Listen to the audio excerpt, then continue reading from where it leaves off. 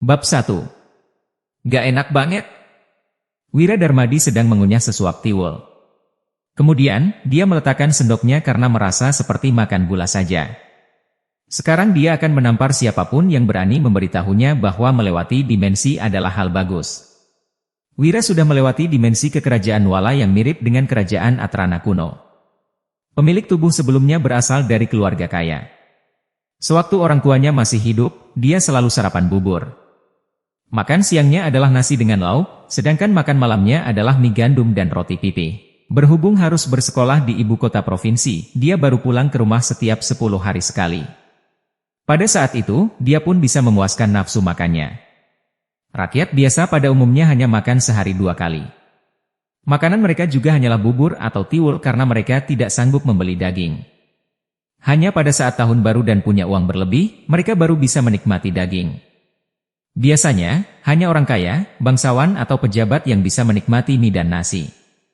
Saat memikirkan ayam, ikan, daging dan telur yang disia-siakan di dunia, Wira pun menjadi kesal. Wira sedang tenggelam dalam pikirannya. Tiba-tiba, terdengar suara seseorang yang terdengar ketakutan. "Suamiku, maaf. Kita sudah kehabisan beras. Cendekiawan sepertimu jadi harus makan tiwul padahal baru sembuh." Saat melihat gadis cantik yang berdiri dengan takut di depan kamarnya, mata Wira langsung berbinar. Gadis yang anggun dan cantik itu terlihat berusia sekitar 17-18 tahun. Perawakannya tinggi dan langsing, tingginya mungkin mencapai 1,7 meter. Dia mengenakan baju merah yang dipadu dengan rok hijau dan sepatu kain bercorak. Pakaiannya sangat sederhana, wajahnya juga tidak dirias. Namun, dia terlihat sangat cantik dan juga lembut. Hanya saja, wajahnya terlihat sangat pucat. Rambutnya juga sangat tipis dan kusam. Dia terlihat seperti orang yang kekurangan gizi saja. Gadis itu bernama Wulan Linardi. Dia adalah istri pemilik tubuh sebelumnya dan merupakan wanita tercantik di Kabupaten Uswal. Awalnya, pemilik tubuh sebelumnya sudah tidak mempunyai kesempatan untuk menikahinya. Pada saat itu, keluarga Linardi hampir dibantai. Jadi, mereka ingin menikahkan putri mereka agar tidak terlibat masalah. Namun, tidak ada orang di kabupaten ini yang berani menikahinya selain pemilik tubuh sebelumnya yang keras kepala itu. Pada hari pernikahan mereka, keluarga Linardi mendapat kabar bahwa ayah Wulan berhasil memutarbalikkan situasinya. Keluarga Linardi pun hendak membatalkan pernikahan mereka. Namun, Wulan menolaknya dengan tegas. Dia merasa suami istri harus melewati suka dan duka bersama sampai akhir hayat. Entah karena emosi akibat keluarga Linardi hendak membatalkan pernikahan atau ada yang salah dengan pemilik tubuh sebelumnya, mereka sudah menikah selama 3 tahun, tetapi masih belum berhasil berhubungan intim. Kemarin, pemilik tubuh tiba-tiba sakit dan koma. Pagi ini, Wira sudah melewati dimensi dan menempati tubuh ini. Saat melihat ada sesuatu di hidung mancung gadis itu, Wira pun bangkit dan mengulurkan tangannya. "Ah!" Wulan langsung berjongkok dan melindungi kepalanya sambil menangis. "Suamiku, jangan pukul aku. Semua mas kawin sudah benar-benar habis terjual." Tangan Wira pun berhenti di udara. Berhubung pemilik tubuh sebelumnya memiliki disfungsi seksual, sifatnya pun berubah drastis. Dia berhenti belajar untuk ikut ujian menjadi pejabat, dan hanya tahu bersenang-senang setiap hari. Oleh karena itu, keluarga mereka pun jatuh miskin. Selain itu, pemilik tubuh sebelumnya juga menyiksa istrinya yang cantik ini. Bukan hanya mas kawin Wulan yang sudah habis dijualnya, dia juga memaksa Wulan meminjam uang dari keluarga Linardi agar dia bisa berfoya-foya. Namun, Wulan malah merasa dirinya berutang budi pada pemilik tubuh sebelumnya. Wulan bukan hanya tidak meninggalkan suaminya, tetapi juga tetap melayani kebutuhan suaminya meskipun tubuhnya sudah terluka karena dipukuli suaminya. "Suamiku, jangan pukul aku lagi. Aku bakal cari cara untuk dapat uang, lalu membelikanmu alkohol dan daging." Wulan mendongak dan memohon sambil menangis terseduh-seduh. "Aku nggak minum alkohol, juga nggak makan daging. Ada kotoran di hidungmu, aku cuman mau bantu kamu menyekanya."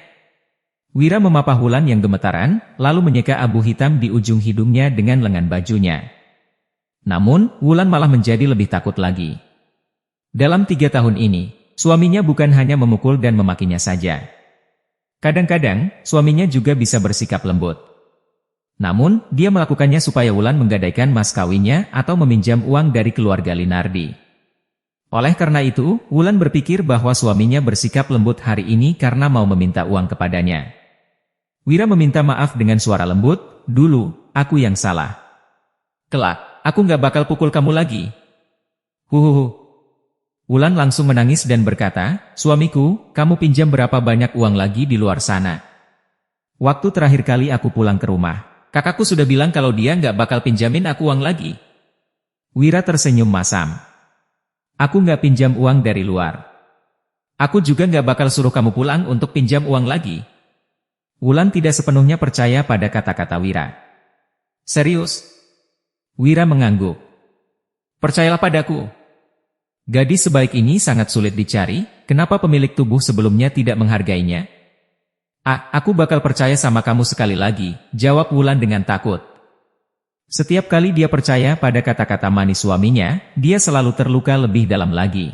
Wulan berharap semoga kali ini dia benar-benar bisa mempercayai suaminya. Brak! Pintu kayu rumah mereka tiba-tiba didobrak. Seorang pria parubaya berjalan masuk. Pria itu bertopi hitam, mengenakan pakaian hitam yang dipadu dengan ikat pinggang merah dan sepatu bot kain. Saat melihat Wulan, mata pria parubaya itu langsung berbinar. Setelah itu, dia melirik tuil yang ada di meja dan berkata sambil tersenyum, "Wah, Tuan Wira, kamu sudah bosan makan nasi, ya? Benar juga, kalau makan nasi sehari 3 kali, kamu juga bakal susah buang air besar karena terlalu nggak berserat." Di zaman dahulu, sanggup makan nasi sudah merupakan hal yang sangat dibanggakan. Wira merasa pria parubaya itu tidak asing, tetapi dia tidak bisa mengingat apa hubungan pria ini dengan pemilik tubuh sebelumnya. "Pak Budi, kalau mau pamer kekayaan, balik saja ke Dusun Silali. Jangan pamer di Dusun Darmadi." Wulan berdiri di depan Wira dengan ekspresi galak, seolah-olah mau melindunginya. Setelah mendengar namanya, Wira pun teringat siapa pria ini. Budi Silali adalah seorang pejabat kecil di ibu kota provinsi.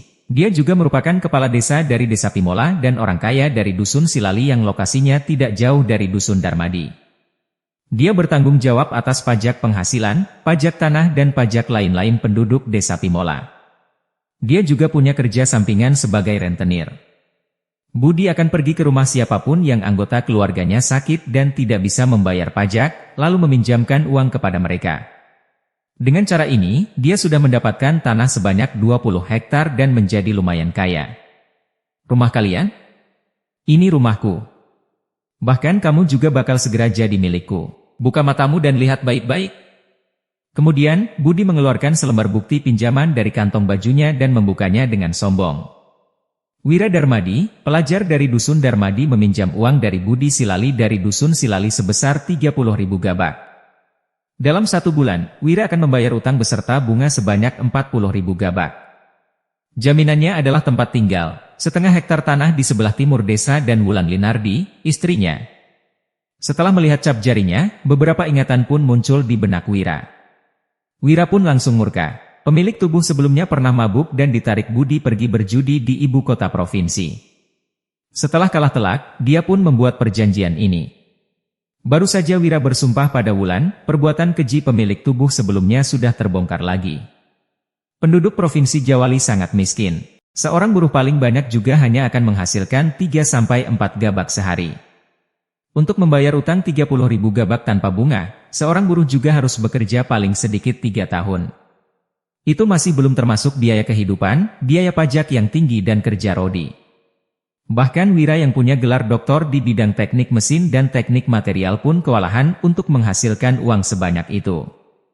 Budi menatap Wulan dengan penuh hasrat dan berkata, "Cantik, kalau kamu ikut aku jamin kamu bakal hidup enak. Kamu nggak perlu hidup menderita lagi dengan si pemboros ini."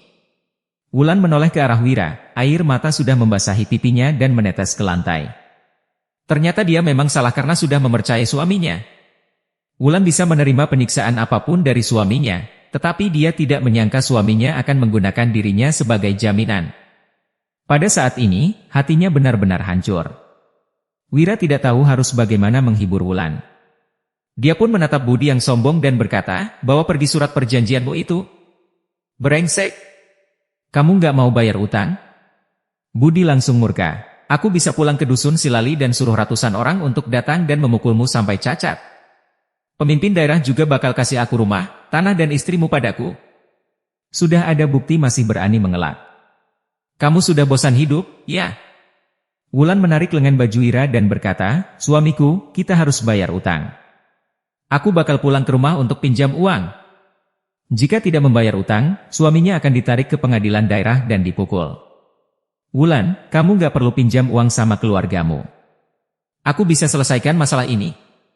Wira tertegun sejenak. Dia tidak menyangka Wulan masih bersedia membantu pemilik tubuh sebelumnya padahal dirinya sudah digunakan sebagai jaminan. Budi menatap Wira tatapan meremehkan. Kamu cuma tahu foya-foya, gimana kamu mau selesaikan masalah ini? Kalau kamu gak bayar 40.000 gabak itu hari ini, aku gak bakal pergi. Wira menunjuk ke tanggal surat perjanjian dibuat dan berkata, buka matamu lebar-lebar. Memangnya sudah sebulan? Budi langsung terkejut.